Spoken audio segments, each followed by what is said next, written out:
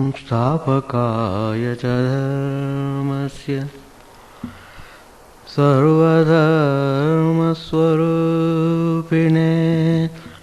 स्थापकाय च धर्मस्य सर्वधर्मस्वरूपिणे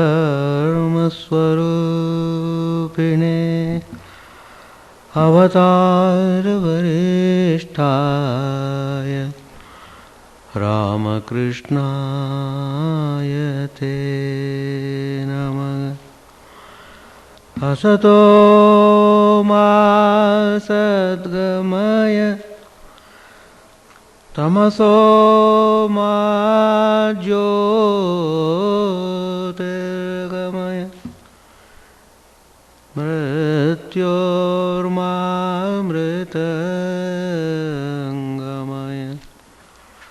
ओम शांति शांति शांति। Let us bow down to Sri Ramakrishna, the embodiment of all religions, the Supreme God incarnate. Let us pray to Him to lead us from the unreal to the real, to lead us from the darkness of ignorance to the light of knowledge, to lead us from death to immortality. The message of Vedanta has been very clearly given in this prayer. That is, we should get out of the darkness of ignorance.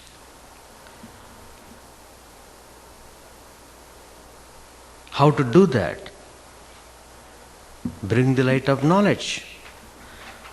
Light the light of knowledge.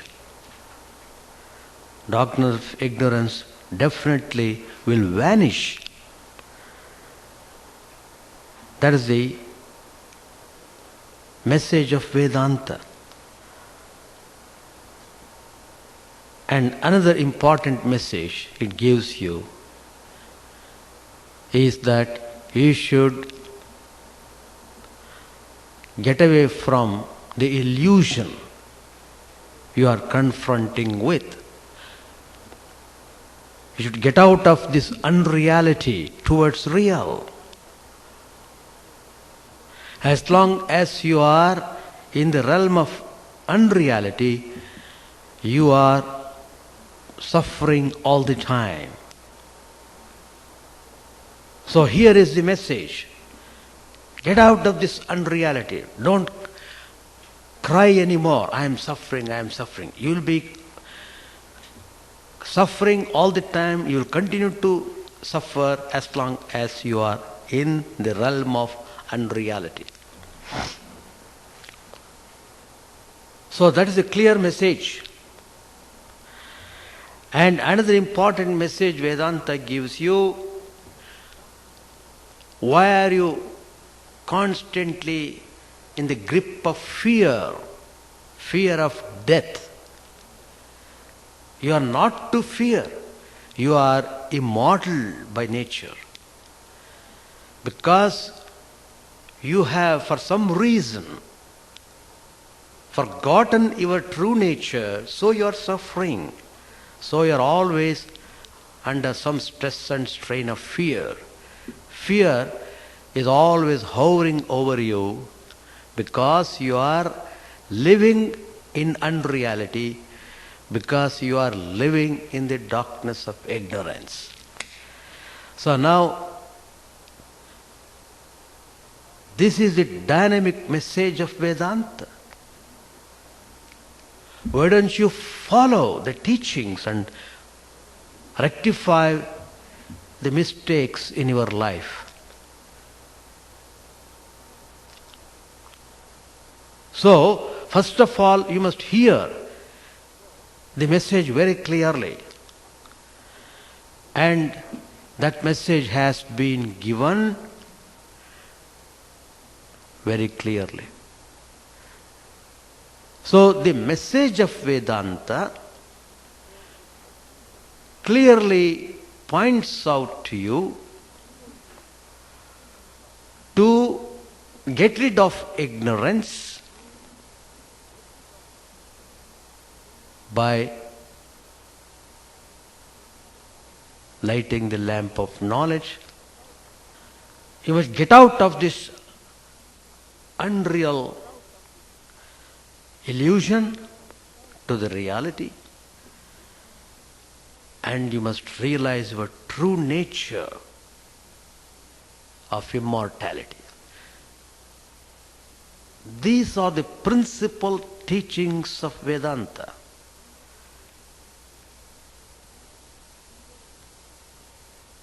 And here is a person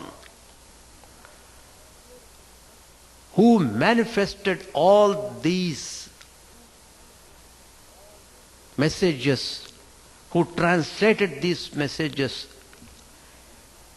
into the language of the people, made the people understand and made the people follow,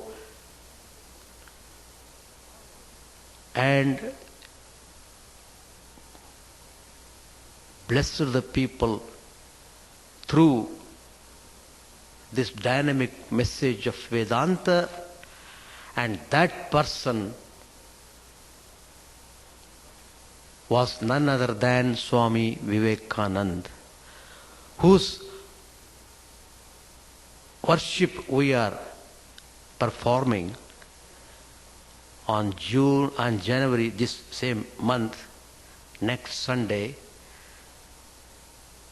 I'll be offering worship to Swami Vivekananda, one of the greatest personalities in Chicago. Well, January is the month of Swami Vivekananda.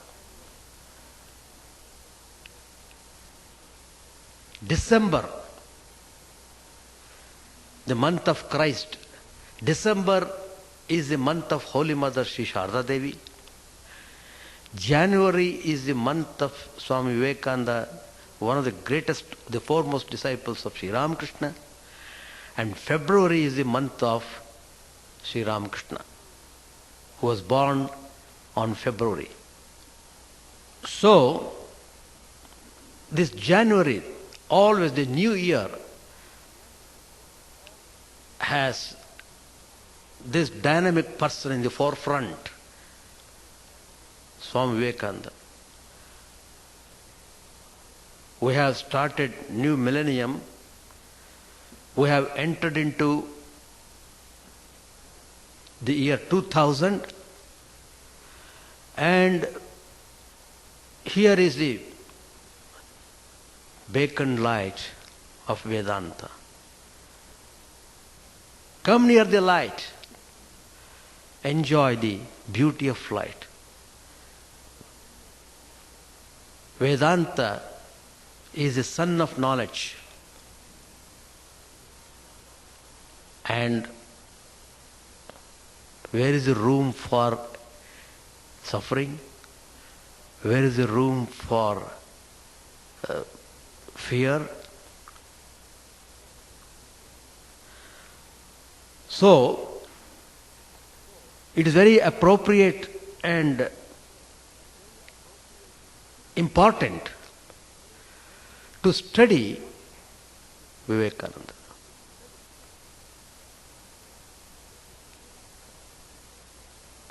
Vedanta means the universal religion. Universal religion means sum total of all religions in the world. That means all the teachings, the noble teachings of the various religions of this world, they are all integrated, merged into the universal religion of Vedanta. To put it in other words, all these religions have got their source in Vedanta. That means the Vedanta and all the religions of the world are inseparable. Can you separate the rays from the sun? You cannot. In the same way, all the religions of the world are eternally connected to the source. The source is the sun of knowledge. The sun of knowledge is Vedanta. Vedanta means the science of knowledge. To know the truth, to know thyself. That is Vedanta. Now I have given you the introduction to Vedanta in a very brief way. And so here is the incarnation, Vedanta. Vedanta in person. You find Swami Vivekananda. His previous name was Narendranath. The meaning itself is very sublime. The meaning of Narendra, Indra means Lord, Nara means human, the Lord of the human beings, or you can say King of the human beings. That means the king of human qualities. He manifested tremendous human qualities. At the same time, he manifested his divinity. Each soul is potentially divine. That is the principal message of Vedanta. You are divine. Is it? Yes. Your divinity is clouded. Your divinity is not being able to recognize an account of the cloud of ignorance covering the truth.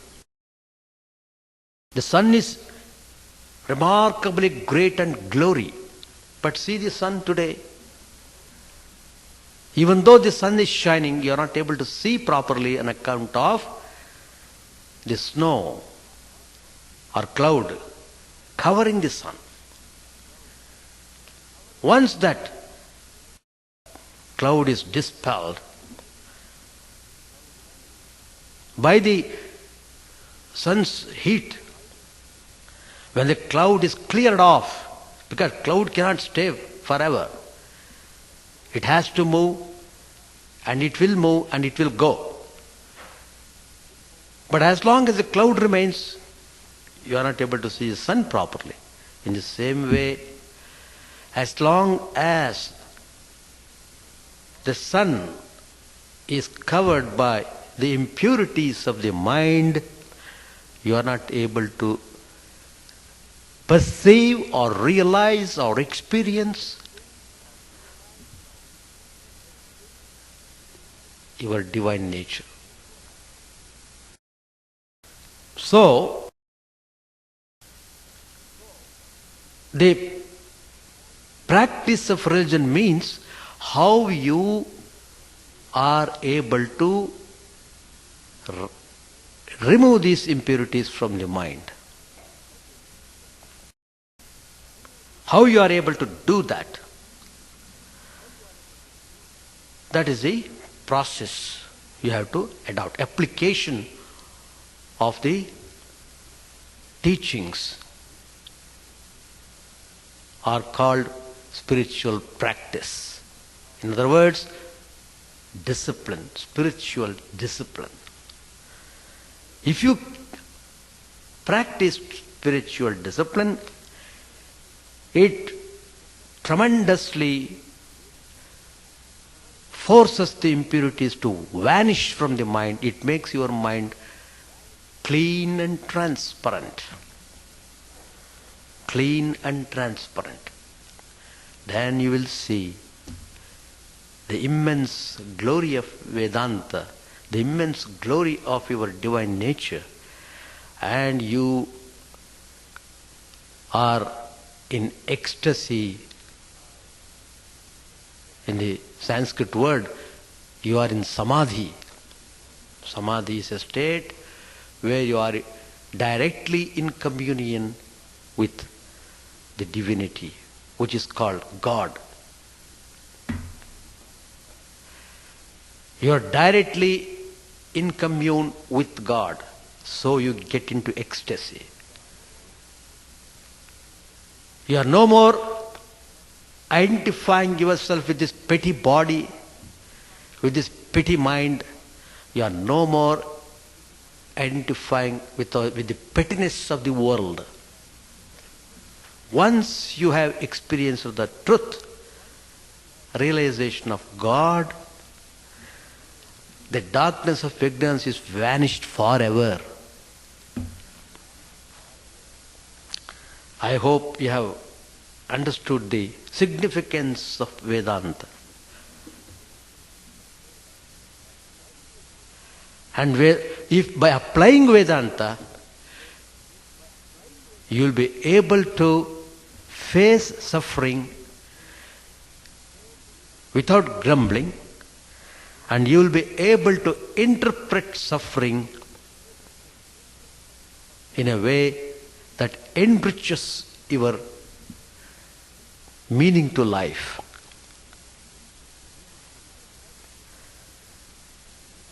Then you will reach a state where the things of the world will not shaken you,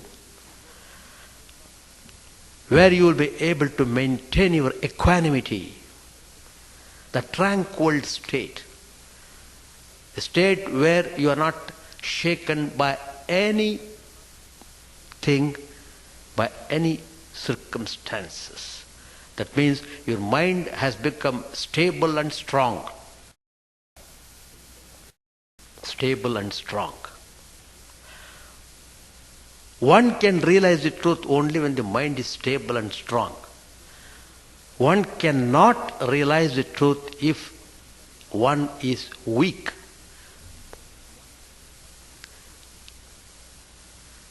Physical weakness,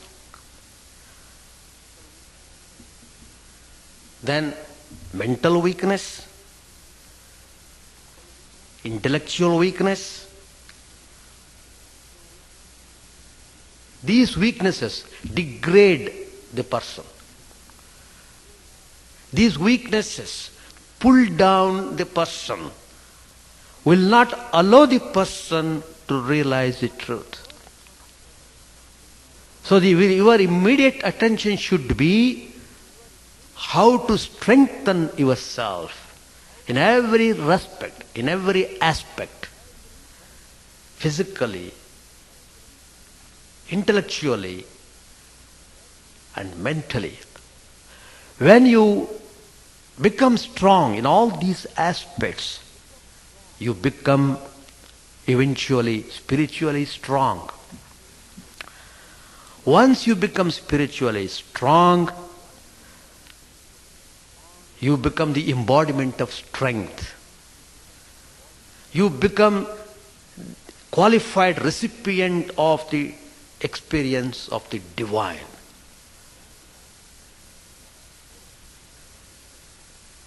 So, how important it is to give attention. Not only attention, to act upon without a moment's delay, because the lifespan is running on. It won't wait for anyone. The nature of things is to run. The whole universe is running. Planets are moving. Everything is moving, constantly moving. Constantly running. Why we are getting this winter season? Because the seasons roll. They are rolling down, running. running and running. The whole creation is running and running. It won't wait for anyone. It doesn't wait. Waiting is not its nature. So when you know that fact, don't you realize how time is very precious? Where is the time to spend? In club, in playing useless things, in engaging the mind in worthless things? Do you waste the time like that?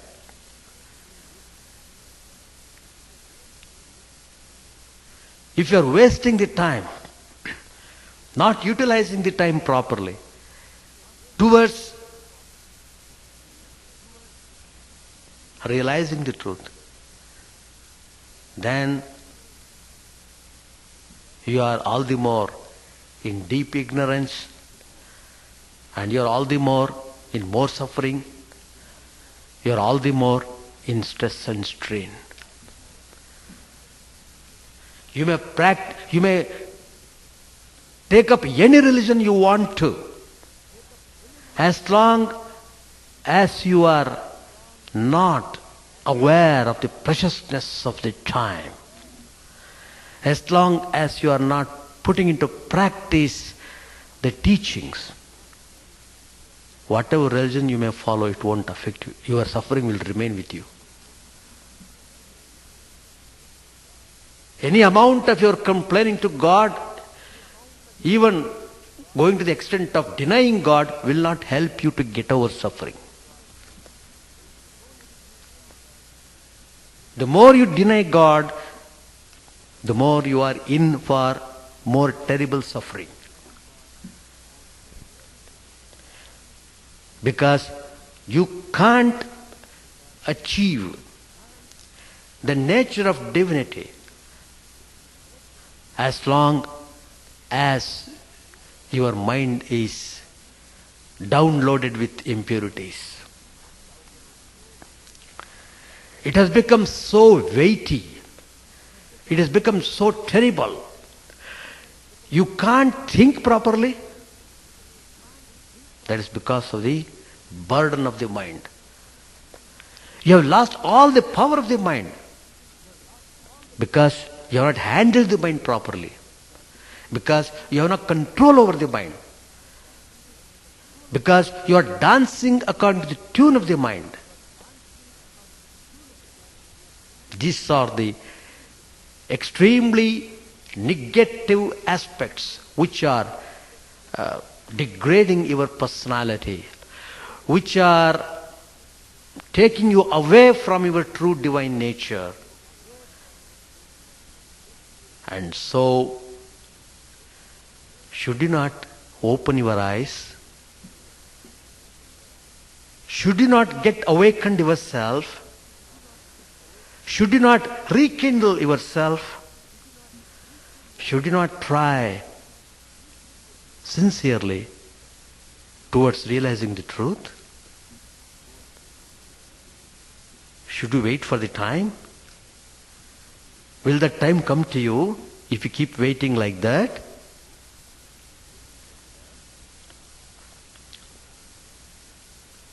So, that is the fact I am placing before you.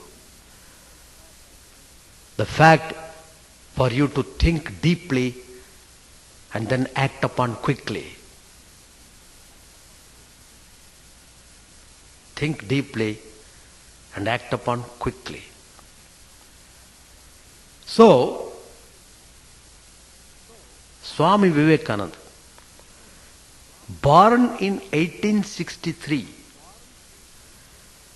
left his mortal frame in 1902. He just lived for 39 years only. In that 39 years, first his childhood years are gone, say about up to 15 or 18 years. Afterwards he came in touch with Sri Ramakrishna. Again after 10-12 years, then he was exposed to the world to give this dynamic message of Vedanta. Once the message was given, he just threw away his body. No more, this body is required. He himself has said, this body cannot contain the spiritual power. It is bursting out. Bursting out. So, Swami Vivekananda's message, mission was bringing God to man and awakening man to God.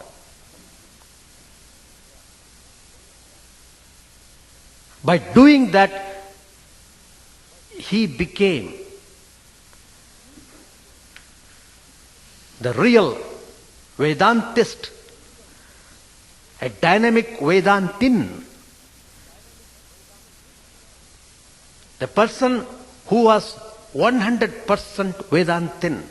That means there is no trace of ignorance in Vivekananda. He was a son of knowledge. All the Upanishadic knowledge was on his tongue, was in his life. He practiced what he taught. So, whenever anybody would see him, they were so much drawn towards him.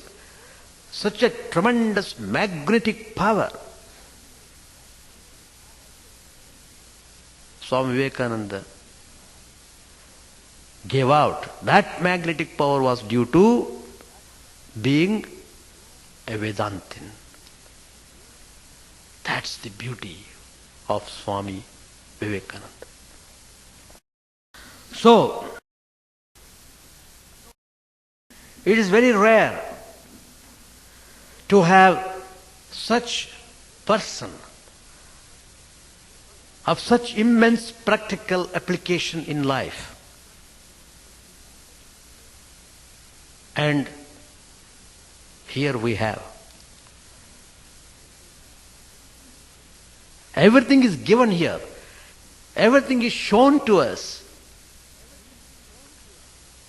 As I said, you must open your eyes. You must open your mind. You must become sincere and serious. You must become intensely practical. Then you will become a true Vedantin. A true Vedantin is one who is practical intensely. He doesn't waste his time in debates or in talking useless things. He has no time. If he gets even half an hour time, he will spend that half an hour in a useful way. Either meditating, either praying, either offering worship to God, or knowing more about the spiritual ideas. That's the way how you have to regulate yourself. If you don't regulate your life, life is gone. Life is gone. And it will go. It will definitely go. When the hour of death comes, if you ask the question yourself, how far, what I have achieved in this life, you will be disappointed to know that you have achieved nothing.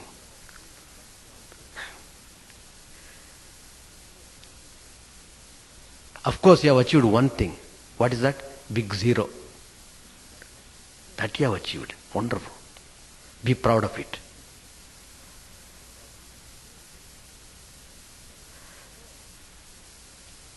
So, Swamiji's teachings are very important to apply in our life. In this age, in these modern times, where people are confronted with so many forces opposing the spirituality,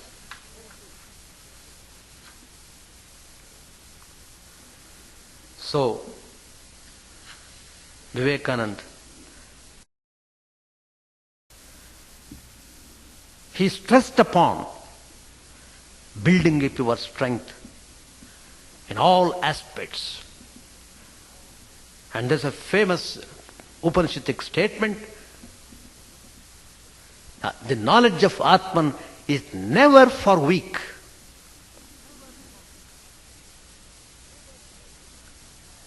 It is declared once and for all. You may be in any religion. If you are weak, you are gone. It's not that, oh, you have taken Hinduism and you will realize truth. Never. Whether you practice Hinduism, whether you practice Christianity, it is totally immaterial.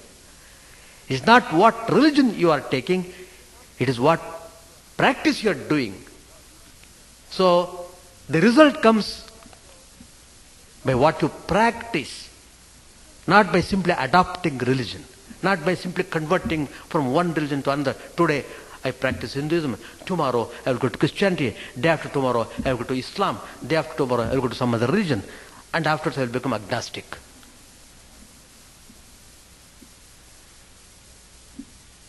That is the death of your personality. To become agnostic, to become pessimistic, to lose all faith, you are destroying yourself totally in that process. You are destroying, ruining. Samshayatma vinashyati. Bhagavan Krishna says in the Bhagavad Gita, a person of doubtful nature is destroyed.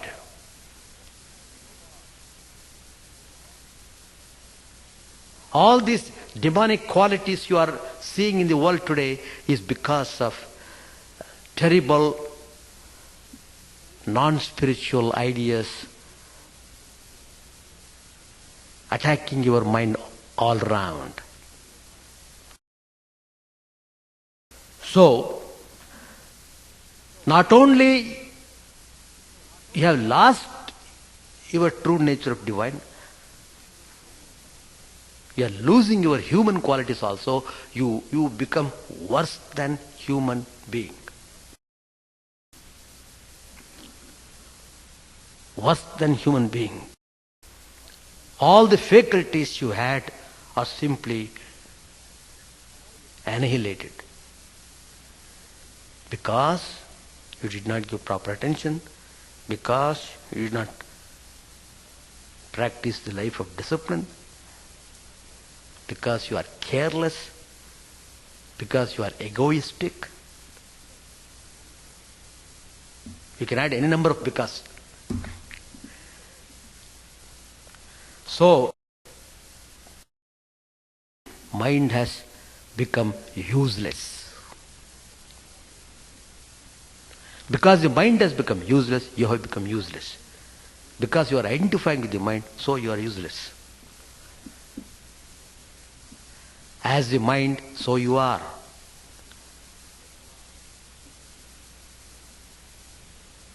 If the mind is stupid, you behave in a stupid way.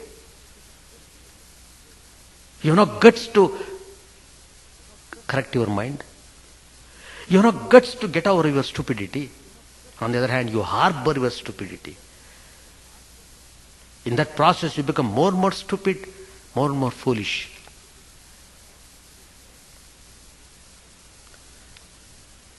So mind has got tremendous, immense power.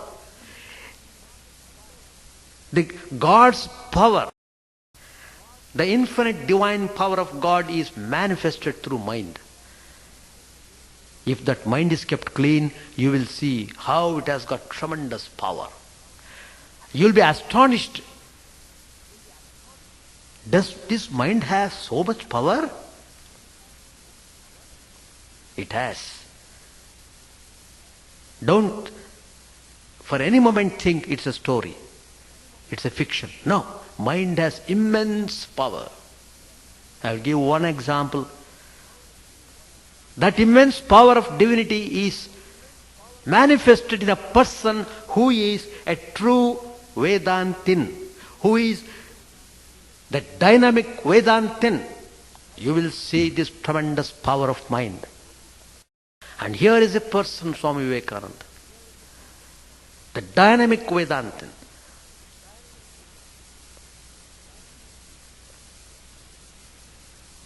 Once he was in London. He was giving a talk. Lots of people attended. After the talk was concluded, Swamiji said, "Well, all of you have heard my talk. Now, you ask any question you want to. Write down the question on a piece of paper. Keep that paper within yourself. Don't disclose the question which you have written on the paper. Keep it to yourself. I will answer all your questions." Isn't it amazing? He allowed about 15 minutes for the people to write down the questions. When that was over, Swamiji stood up and began to answer. He said, "Question number 1. He began to spell out what the question a person has written. Not only that, he said his home address. Can you imagine? Home address, street name, town's name, all the particulars he is giving. He has not seen that person. He has not seen that letter, what question the person has written. But Swamiji is answering one by one. People were stunned. People were stunned. "Swamiji, how is it possible? How is it possible to exercise such power?" And Swamiji says, "It's because of the power of Vedanta. It's because of the power of truth. When you have realized the truth, nothing is secret. Everything is revealed. The moment you stand before me, I know what you are. Definitely I know what you are. If you know what he is, that means he has realized the truth. Because the very fact that nothing remains hidden to a person who has realized the truth. Everything stands open and revealed.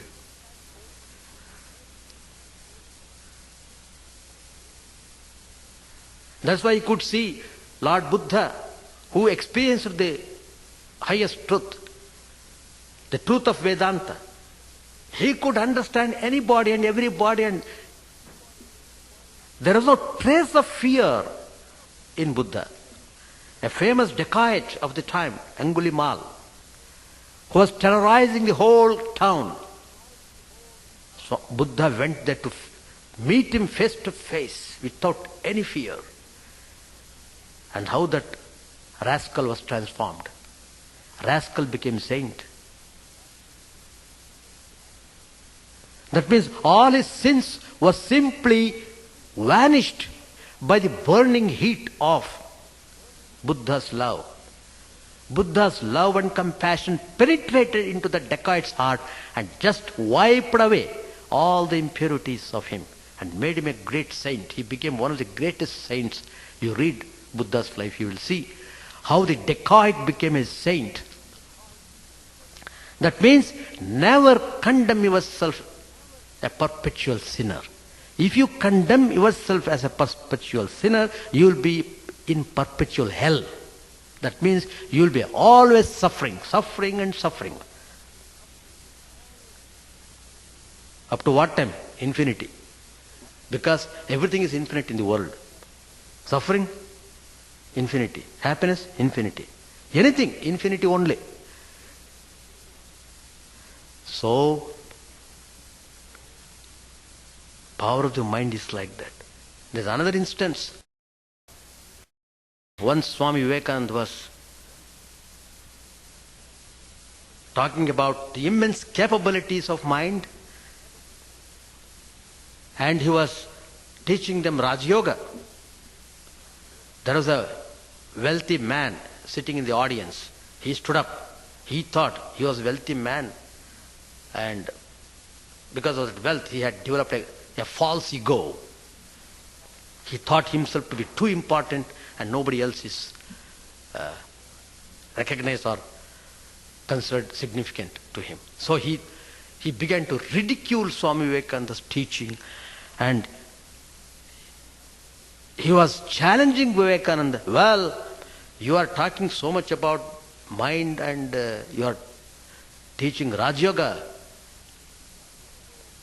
Can you tell me what is in my mind? He's challenging Vivekananda. That poor fellow, that poor guy does not know this Vivekananda is not like ordinary being. Vivekananda is the son of Vedanta, son of knowledge. For a while, Swamiji just ignored him. But this fellow began to persist. What? Tell me what is in my mind. When he shouted like that, Swamiji could not keep quiet. Well, this fellow must be taught a lesson. He was talking with the audience, there was people, many people. Suddenly he turned away his eyes. He was facing the audience and speaking. That guy was standing in a corner. So Swamiji, what he did was, when it became serious, he suddenly turned his gaze upon that fellow, the wealthy man who was put in question. He just looked into his eyes. Just looked into his eyes. Looking in what manner? Looking very concentratedly. Looking at him, at his eyes, very concentratedly. That deep looking, that penetrating looking had tremendous effect on that person. He began to feel himself that his whole mind is being churned, and all the secrets of what he had in his mind might be exploded any time. And that guy became extremely nervous. Extremely nervous. His whole body was shivering. Well, Swami, please don't reveal. I know you can do that. That fellow is crying now. Please don't reveal, because all the people will know what sort of wealthy man he is. Everything will be revealed in no time. He was feeling a scratching sensation in his mind, scratching every bit of the mind,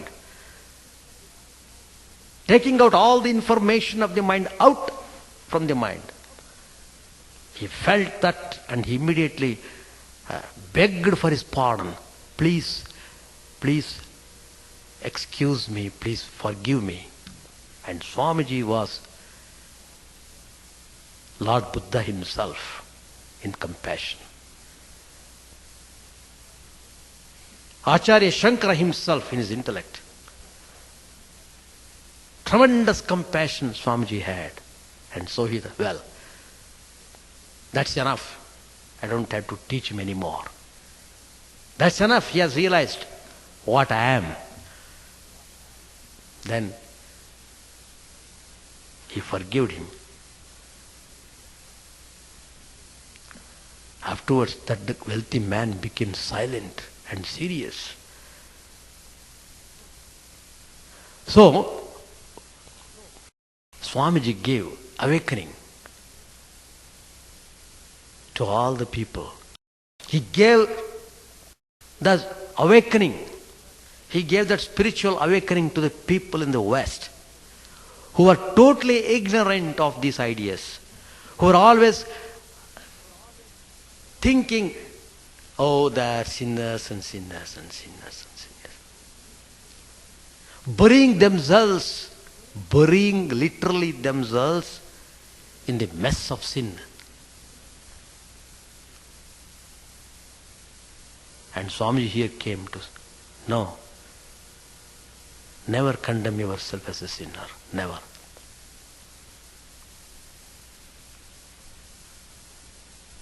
Aspire for knowledge. Aspire for spiritual knowledge. You will see how it is laughable to be called as a sinner, and how it is supremely enjoyable to realize the truth. So, Swamiji's message of Vedanta is a message of the integration of the four yogas, the path of knowledge, the path of action, the path of meditation, path of devotion. Integrating all these into one, that's the goal of Vedanta. Himself was like that. Into Rama Mantra. For 1 week, he had no outer consciousness. He was all the time constantly repeating Ram, Ram, Ram, Ram. And tears flowing through the eyes. Not because of sorrow, because of ecstasy. He could not contain. That joy was expressed through tears. Immensely joyful. And he has found out what a tremendous joy it is to be a devotee. So the path of devotion gives you the experience of the taste of supreme knowledge. In order to taste the supreme knowledge, you must have tremendous devotion. And then, how is love and compassion translated into action? A karma yogi of the supreme order. Do you want to see a karma yogi? Go and see Vivekananda. 100% he was selfless. Always to give and give and give. By giving more and more, you becoming more and more less and less egoistic. You will become less and less egoistic, not more and more. You will become less and less egoistic. You will become more and more humble.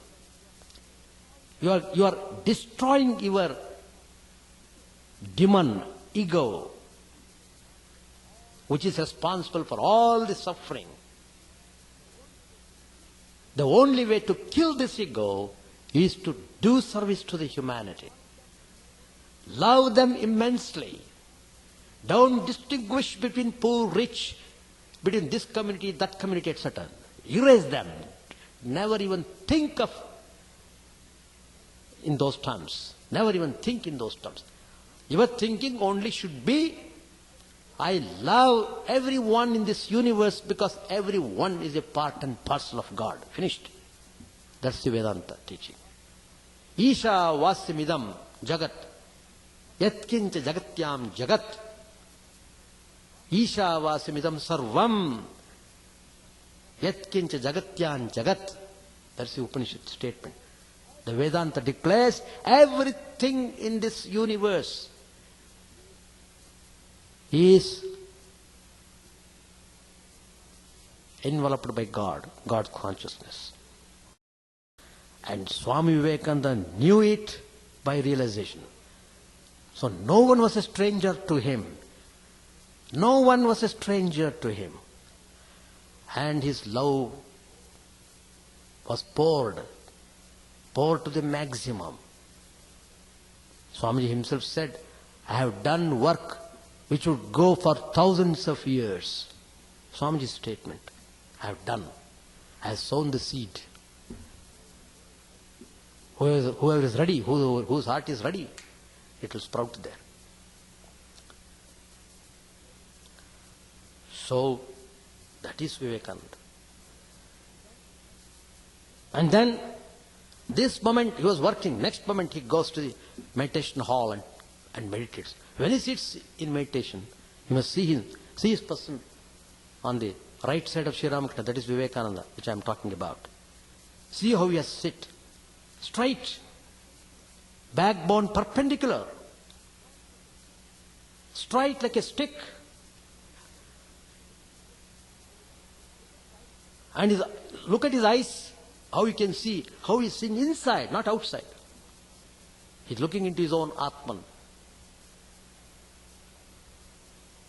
Once, in Calcutta, in Belur Math, we have got Ramakrishna Mission headquarters there. Swami Vivekananda was sitting under a tree and meditating. It so happened, there was another person who was also sitting for meditation with Swami Vivekananda.